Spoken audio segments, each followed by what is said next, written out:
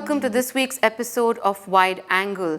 Developments in Kashmir have taken a turn clearly for the worse. The pullout of the BJP from the government there, the imposition of governor's rule once again, leaves a vacuum to be filled. It's a question of by whom. Joining us to talk about all that's going on in Kashmir, the turbulence in the valley since the assassination of the journalist Shujat Bukhari, and of course these political developments, is the former Chief Minister of the state, Omar Abdullah. Omar, thanks very much for speaking to The Wire. I think it's the first time we have you on the show, so thank you. I want to start by asking you what we have seen in terms of the BJP pullout from the state government and support from Mehbooba Mufti's PDP. It was perhaps inevitable. It was 3.5 years in coming. Right. The inevitability of the demise of the PDP-BJP coalition was not in doubt. The timing caught most observers by surprise. I dare say the timing caught Mehbooba Mufti and all her ministerial colleagues by surprise as well. I think it was a given that the PDP and the BJP would not be in a position to fight parliament elections together and still be able to reach out to their respective constituencies. So most of us had expected the demise of this coalition somewhere in the autumn, leading up to fresh elections along with the rest of the country when the parliament polls take place. But obviously something happened that forced the BJP and Government of India's hand, and you saw an early demise to the coalition. So one of the things is, because the BJP has done this and not Mehbooba Mufti perhaps, who should have been the one pulling out of the coalition, it's impacted her stature, not just as Chief Minister, but as a political leader going forward. Is there some space for her to resurrect that in your assessment as an opposition leader? There's always space. I mean, so long as she has a political party behind her, there is always space. All that takes is time.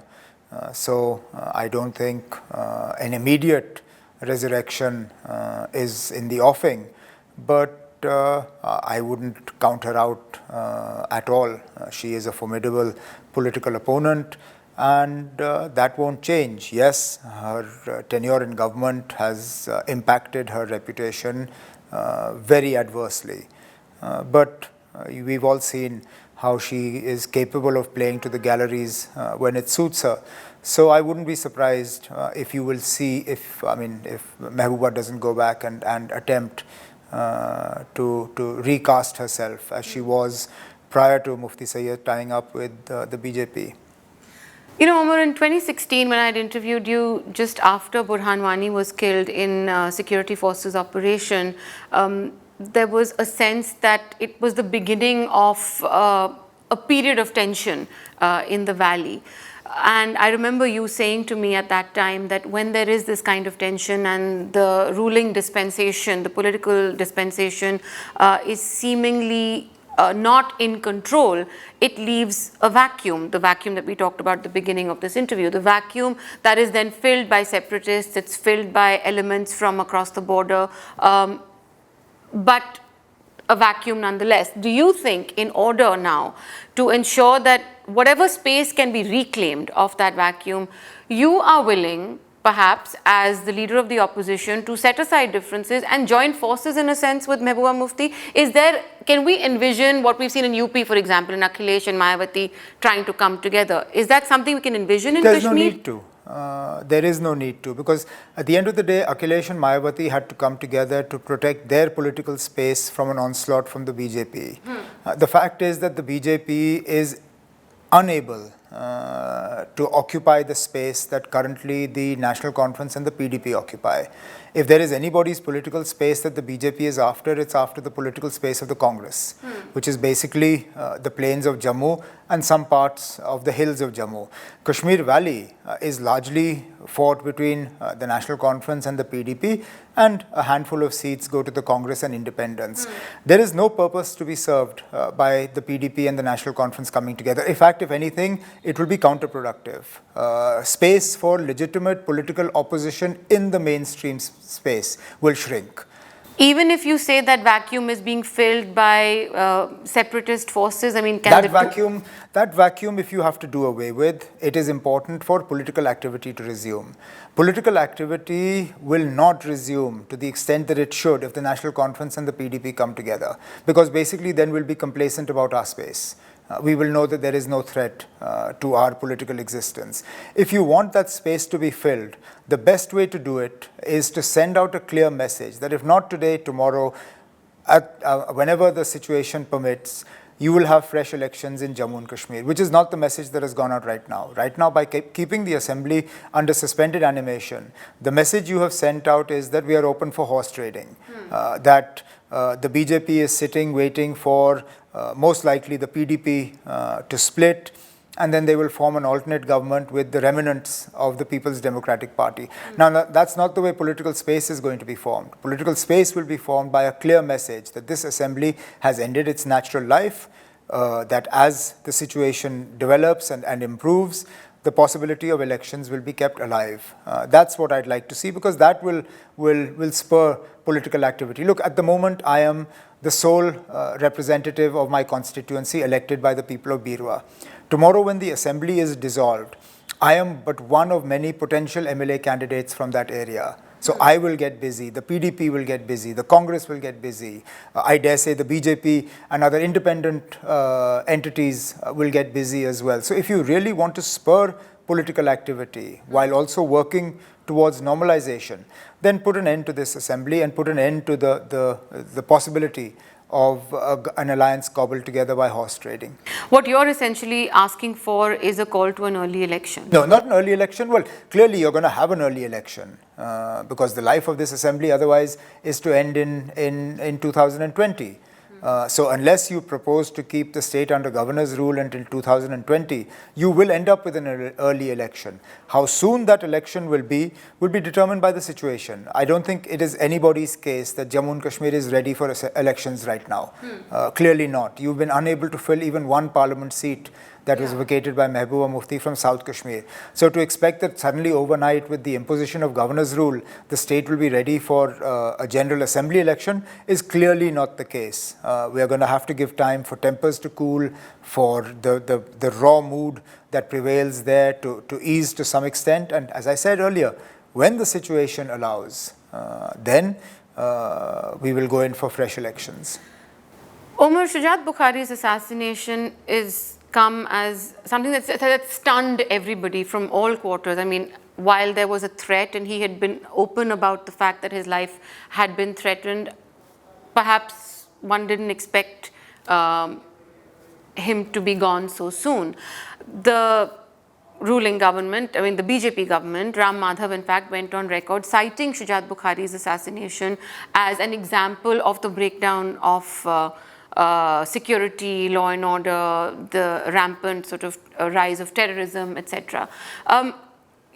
Again, going back to 2016, after Burhan Wani had been killed, there was a group of you who had gone to meet the president and in fact the prime minister, and you had said, please don't politicize Kashmir for the sake of elections. Before the UP elections, in fact, you had made this comment.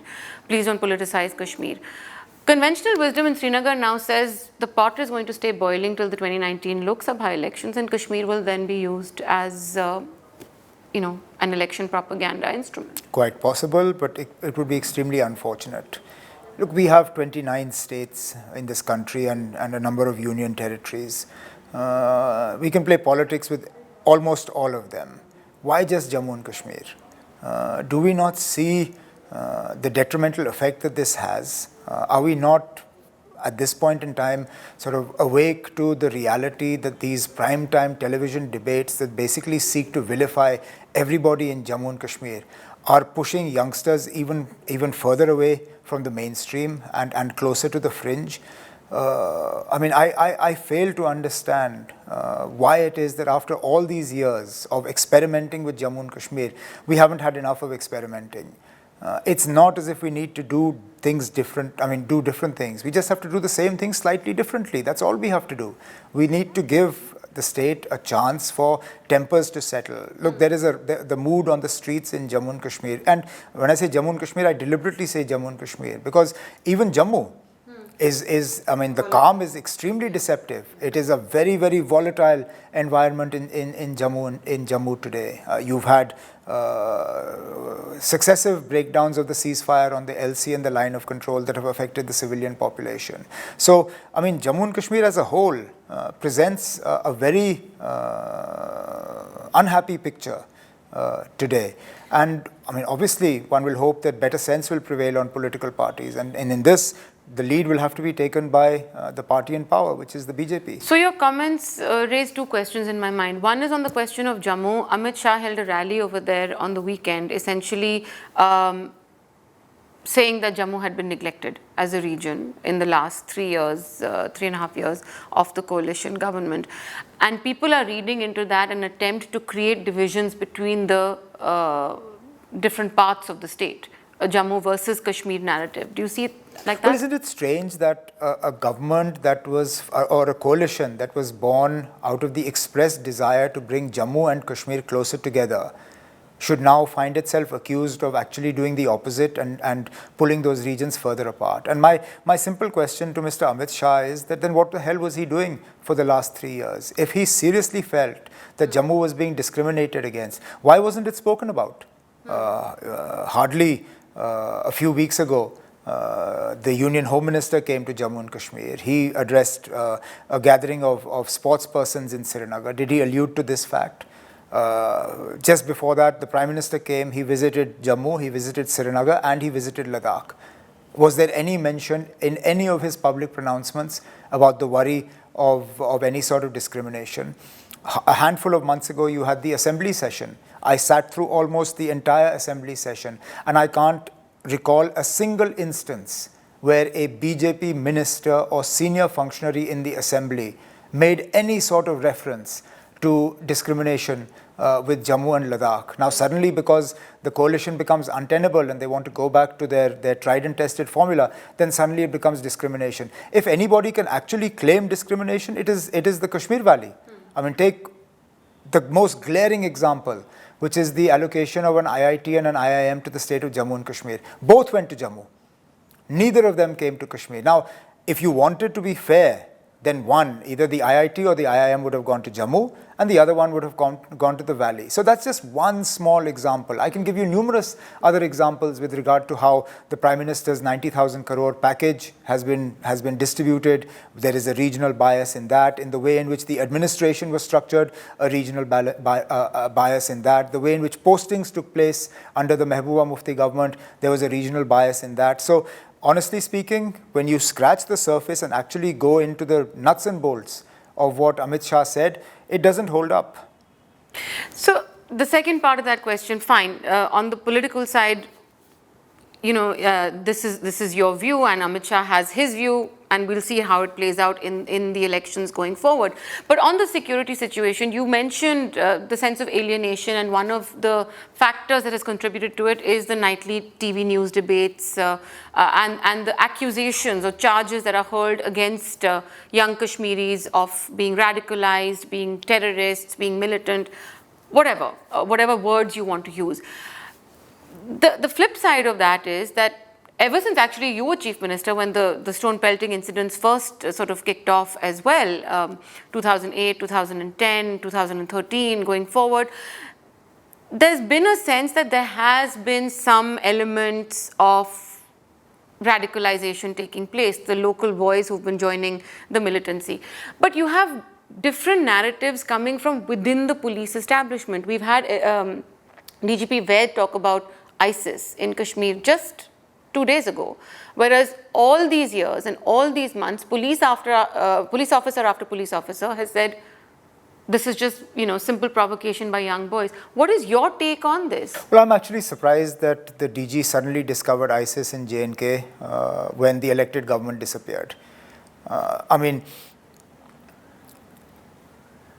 I'm not privy to intelligence reports after I demitted office in early 2015. But so long as I was Chief Minister, I did not see a single concrete piece of evidence or even the the sort of theory or the possibility that ISIS were operating in Jammu and Kashmir. Yes, you had a handful of youngsters. They popped up on a Friday and unfurled a few flags, waved them around. But otherwise, in terms of actual militant activity and recruitment into ISIS, there was no sign of it. And as you rightly pointed out, throughout the entire period of this coalition government, the police and others have been categorical in denying the presence of ISIS as a militant outfit. Suddenly, Mehbooba Mufti's government falls, and 2 days later, you have the DG who says, yes, this is ISJK, a new element. Again, this is another thing I don't buy into. ISIS can't be born in J&K in 2 days. So either he's lying now, or the police was lying to us all these years. One or the other is true. You can't suddenly have ISIS materialize in 2 days. So which is correct? Is he correct now, or was the police correct over the last 2.5, 3 years? What's your assessment? I take the the accusation that this is ISIS J&K with a very healthy dose of skepticism. Again, it feeds into this narrative that is sought to be built that the problem in Jammu and Kashmir is not political, it's religious. I have no doubt that, look, an element of religion has crept into it. Again, only a fool would deny that. But to suggest that the entire movement in Kashmir, what you see of recruitment into terrorism, has been hijacked by fundamentalists is also not true. If you were to do a straw poll and actually question the people who are joining militancy today or have been active militants for the last few years, the overwhelming majority of them are still doing it out of a political reason. They don't see the future of Jammu and Kashmir lying with India. They want a future outside of the four walls of the constitution. That having been said, there are elements that are now creeping in for whom religion is the calling card and not politics. But I still believe they are the overwhelming minority. Now, if we delay resolving this problem, obviously this number will continue to grow, and that will become worrisome, because at the moment, as a politician, I can have a political discussion with somebody whose demands are political. They may be difficult to meet, but they're still political demands. Tomorrow, when the person sitting opposite me actually has a religious agenda and my solution is a political one, then there is no way we'll make the two ends meet. So how do you bridge that gap? Because again, going back to what you said in the beginning, when there are vacuums and all kinds of forces that are inimical to each other and a danger to the security situation are getting their claws into the ground, what's the way out? Well, obviously a gradual revival of the political process. Do you see it happening? Well, again, as I said right in the beginning, not overnight. It will take time for sort of parties like the PDP, the Congress and others, mine included, to build up momentum. But I've said this before, I'll at the risk of repeating myself many times over, I'll say it again. Right now, the focus has to be on improving the security environment to the best extent possible, which means that we have to ensure that we deal with law and order situations without collateral damage, that protesters don't get shot, don't get killed, don't get run over by security force vehicles, that encounters, when they take place without civilian casualties and deaths due to crossfire. If we can do that, if we can start sort of reaching out to those youngsters who might be thinking about picking up the gun but haven't done so yet, if we can work with their families, if we can work with the elders in their villages and in their towns, yes, I don't believe we've reached the point of no return. But from your own experience as Chief Minister and the security situations that you handled, collateral damage was a reality. You dealt with it as well. It is a reality, but then it can also be checked. We checked it very effectively from 2010 to 2014. What was it that we learned in 2010 that allowed us to see all the way through pretty much till 2016? Clearly, we were doing some things right that we aren't doing right now. So what were those lessons that we learned, and how can they be put into practice in today's environment?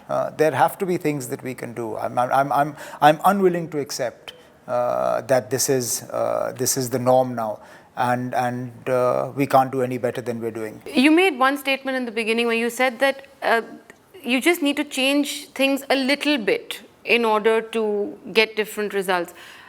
Is that really true? Because I mean, it's almost like saying, you know, what's the definition of insanity? Doing the same thing again and again and hoping for a different result. But also trying to you know what the end is going to be, but yet you're trying different But you ways. don't know what the end is going to be.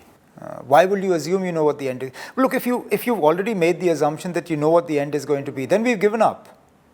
Then Do you think that's a reality in Delhi? Then we basically said that Kashmir is beyond redemption, that there is nothing we can do with Jammu and Kashmir. It is purely a problem of containment. We will never really be able to resolve the problem. But that is increasingly the sort of message you get from Delhi and the security establishment here, that Kashmir is a conflict management and conflict containment issue, not a conflict resolution issue, in which case the end has obviously been decided. Well, thankfully, we still operate in a democratic system wherein governments change. If for Prime Minister Modi, currently it is a containment situation, who knows, in a few months from now he could be voted out of office, or he could be voted in without a majority of his own. He would be dependent on allies who can make him see better sense. Again, I don't expect dramatic differences or dramatic changes between now and the parliament elections. But I also don't believe that we have reached the point where everybody in the government of India or everybody in the political mainstream in the rest of the country is ready to put their hands up and say, look, that's it, we're done, we'll just contain the situation. I think there are still a lot of people who have the sense to acknowledge that there are things we can do and we can retrieve the situation back. One final question before we wrap up this interview. Have you, either have you reached out to the central government or have they reached out to you in this last few days after the coalition has been broken? Reached out in terms of what has we there been can any do? Conversation? There have been conversations. There have been conversations at multiple levels. Those conversations will continue, both with representatives here in the central government as well as with the governor and his team there. So look, I mean, I can only speak for myself. I can't speak for others. We haven't given up. We still continue to hold out the hope that we can claw things back from where we are. Omar Abdullah, thanks very much for talking to us. Thanks a lot. To receive instant updates on all videos from The Wire, click the subscribe button and hit the bell icon. Pay to support independent journalism. Click the link in the description and choose the amount you want to pay.